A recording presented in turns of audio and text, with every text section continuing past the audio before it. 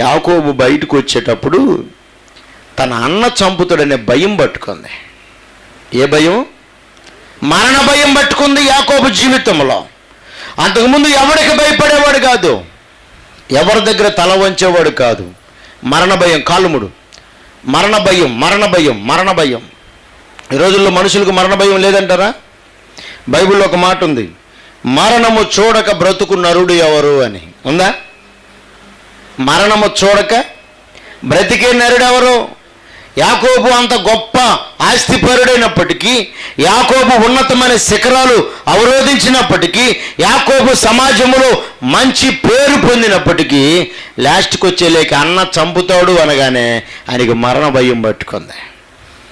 మరణ భయంతో ఇప్పుడు ఒకటేసారి మోకాళ్ళు వేయడం మొదలుపెట్టాడు. ఒంటరివాడైపోయాడు. తన జీవితంలో ఒకటి అనుభవాన్ని